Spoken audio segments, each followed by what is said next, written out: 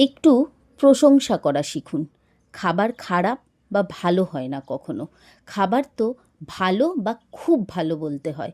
খাবার তো খেয়ে নিয়েছো আর রোজই খাও, বানাতে কী কী লাগে তা কি জানো?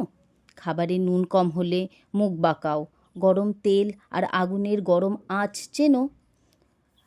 খাবার বানানো থেকে খাবার টেবিলে পৌঁছানো, থালা সাজিয়ে তোমার সামনে পরিবেশন করতে কতটা সময় লাগে তা বোঝো।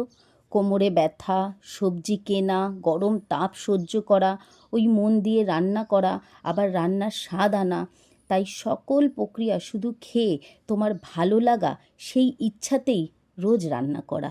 তাই যে বানায় তার একটু প্রশংসা করো, কখনো কখনো তার একটু তারিফ করো। আর যদি এমন করো রোজ, তাহলে খাবার বানানোর ইচ্ছাও আরও বেশি হবে আর খাবারও নিজে খুশি হবে। তাই খাবারের স্বাদ আর মাত্রাও কিন্তু বেড়ে যাবে। কত এমন আছে যারা এইটুকুও পায় না। সবার কপালে খাবার জোটে না।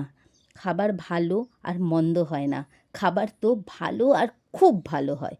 কেউ আছে যে খালি পেটে ঘুমায়, আর তুমি ভাত ঠান্ডা, রুটি ঠান্ডা এই বলে কাঁদো। তাই বলি, খাবার তো কখনো ভালো বা মন্দ হয় না, খাবার তো ভালো বা খুব ভালো হয়। তাই মাঝে মাঝে একটু যে বানায় তার প্রশংসা করো।